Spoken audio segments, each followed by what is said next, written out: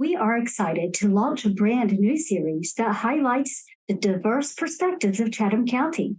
Growing Up Chatham will feature interviews with local citizens, government officials, business owners, educators, and more. This month, we're speaking with Connie McAdams, who moved to Chatham County in 1976 after graduating from UNCG. Connie's first grown-up job was as the Chatham County 4-H agent, which kick-started her career. Even though she retired in 2015, Connie has remained active and motivated. Tune in to Growing Up Chatham to learn more about Connie's incredible journey. Coming up next.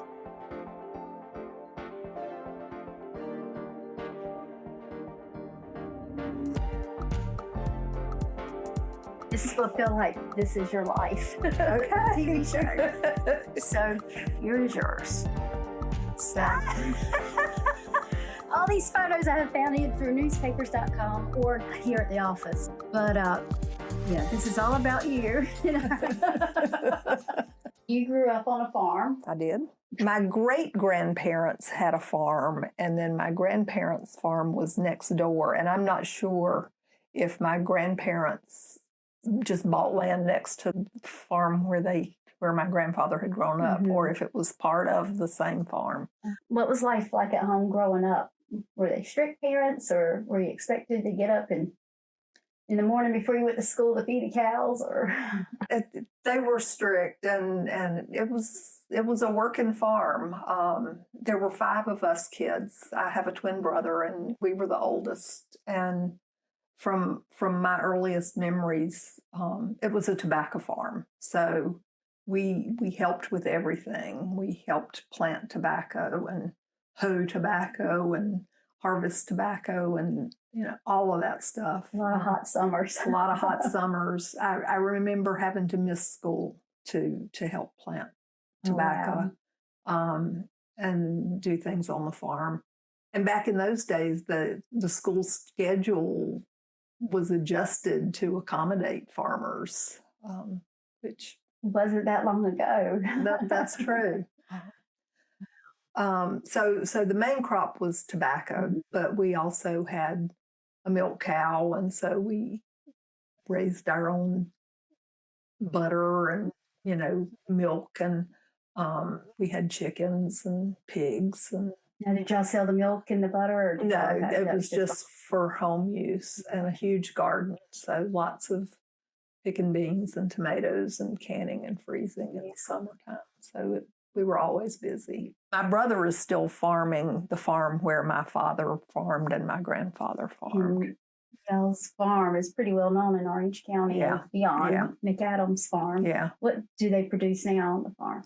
They're producing strawberries right this minute. They have a huge pick-your-own strawberry operation that, and they do flowers and vegetables, and they sell at the Carborough Farmers Market, and they have beef and lamb and a little bit of everything. And my sister-in-law, Karen, was the livestock agent. Yeah, I saw that too. Yeah. Yeah, because what is she doing now? Farming. Okay, she's retired and just is there working on the farm. Yeah. She was working in Orange and Durham as the livestock agent. I knew her before she knew my brother. Oh, really? Because that was when I was working in Extension. And she was too. And then she met my brother. And did she meet your brother through you? No, through being the Extension. Yeah. Wow. And how long have they been married? Close to 40 years. Wow. Probably. See, Extension can bring people together. Yeah. The new dating app. Now, how about your other siblings? My other brother is still in Eflin. He's an auto mechanic. Okay. He has his own shop just right across the road from the farm. Oh, okay. And my middle sister has spent her whole adult life in the mountains. She married a guy from Waynesville, and he was a preacher. And so they were in Maggie Valley and Cullowhee and have now retired to Waynesville. And my other sister is a preacher. Okay. She actually went to state and got a degree in agriculture and taught agriculture at Orange High for a couple of years. Oh, wow. And then she went back to school, went to divinity school, and has been preaching ever since. I was in 4-H from the time I was 9, I think, until I went away to college. When you were in 4-H as a child, did you do the dress reviews and stuff? Oh, yes. Interestingly, about the time you asked me to do this, a friend of mine from childhood, from elementary school, and she was also a member of our 4-H club, sent me a clipping of me, had a picture of me in a dress review. Wow. And I still have the dress, and I found the dress, and so I was showing that to my kids recently, that I have the dress that I made when I was 11 years old. Oh, wow. Wow. Do you still sew? A little bit. I'm just mending and repairing things now. I don't really make a lot of stuff from scratch anymore. Yeah. Your parents were also, I found, 4-H leaders when you all were in 4-H. Right. Y'all remember the Eflin Presbyterian Church? Yes. And your family helped establish that church? I believe so, yes. Yeah. It would have been my grandfather. Yeah. Did y'all meet at the church? We probably did some. I think we met at people's houses. Okay. I don't remember all the details. That was really a long time ago. Yeah.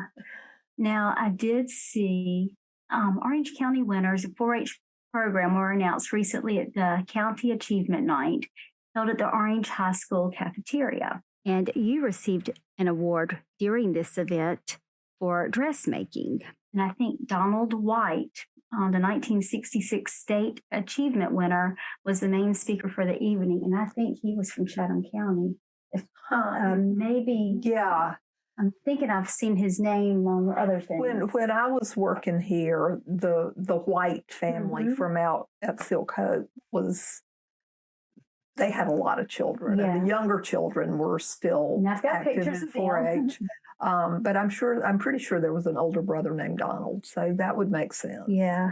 So, I had never put that together. The other day when I was reading it, I said, I've seen that name. I think that's one of the Chatham County folks. You went to UNCG? Right.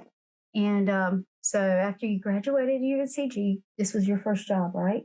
Was it? Well, I had a summer job. Oh, okay. But so I came here in August. So it's my first real job. Yeah. And John Cooper hired you. He did. I miss him. He was such a nice fellow. Yeah.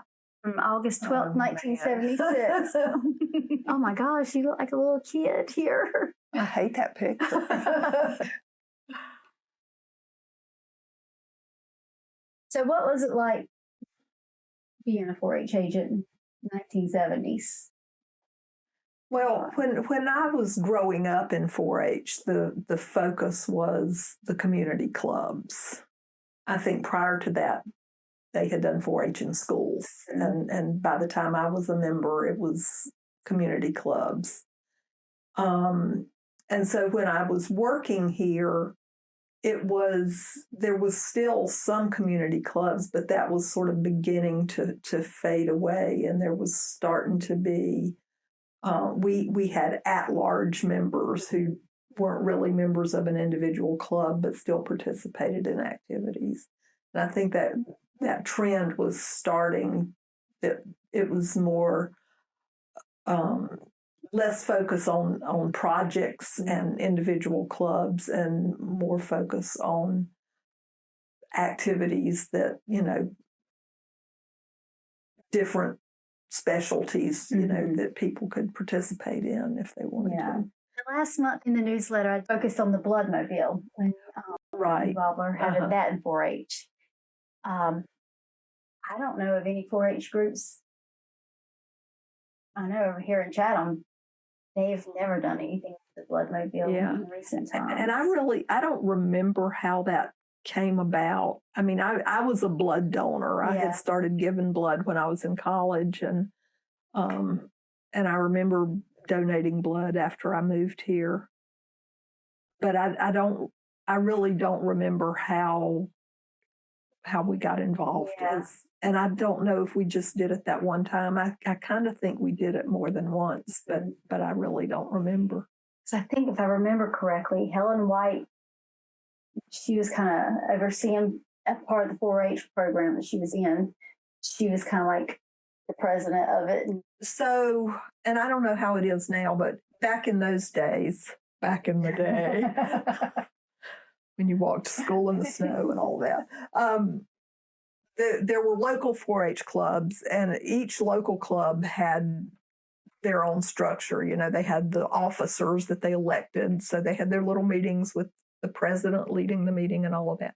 Well, then there was a county council, so each club sent representatives to the county, and then there was a set of officers at the county level. Okay. And so it was probably that county council group that decided to do the Bloodmobile project. And Helen may have been the president of the county council at that point or something. Okay.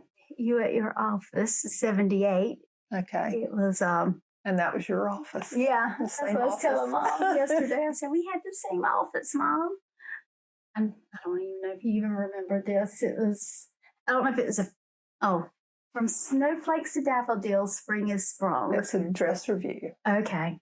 Then that looked like summer camp, I guess. Everybody is short. So that's Kirby Parrish. He was the livestock agent.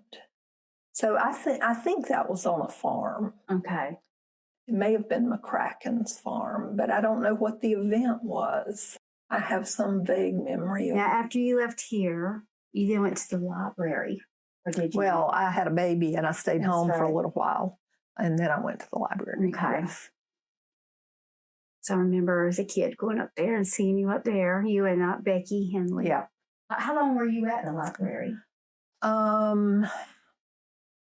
About 5 years, I think. Mm-hmm. I don't remember the exact dates, but something like that. And then is that when you went to Child Care Networks? Or? No, after I left the library, I worked for Data Search for a little while. Okay. But yeah, so I worked there for a few years, and then I went to Child Care Networks. Okay. And what did you do exactly at Child Care Networks? I was the subsidy manager. Okay. We contracted with the Department of Social Services to administer the subsidy program, and so that's what I was doing. And then after that, and I didn't know this till I saw it in the paper, you went to the Division of Child Development. Mm-hmm. And what did you do there? More subsidy stuff. Yeah. I went to the Division of Child Development, and then after I was there for a few years, I finished out my career working for the Department of Health and Human Services. So it was still doing the same sort of stuff, but it was 2015 when I retired. Okay.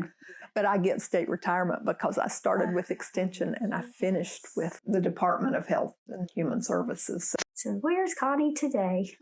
I love that picture. Where did you find that? Facebook.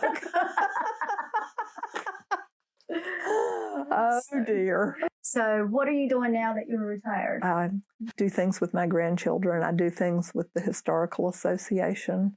I have sort of accidentally become a historical reenactor.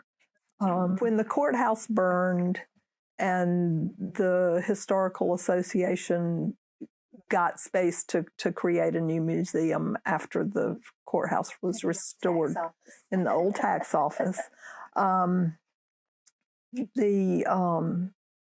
The celebration for the opening of the new museum and reopening the courthouse, basically, they asked Gary and I if we would do some reenacting, and we agreed to do that, thinking it was a one-time thing. Right. So now I'm a poster cutout. That's what I do. I stand in front of the courthouse.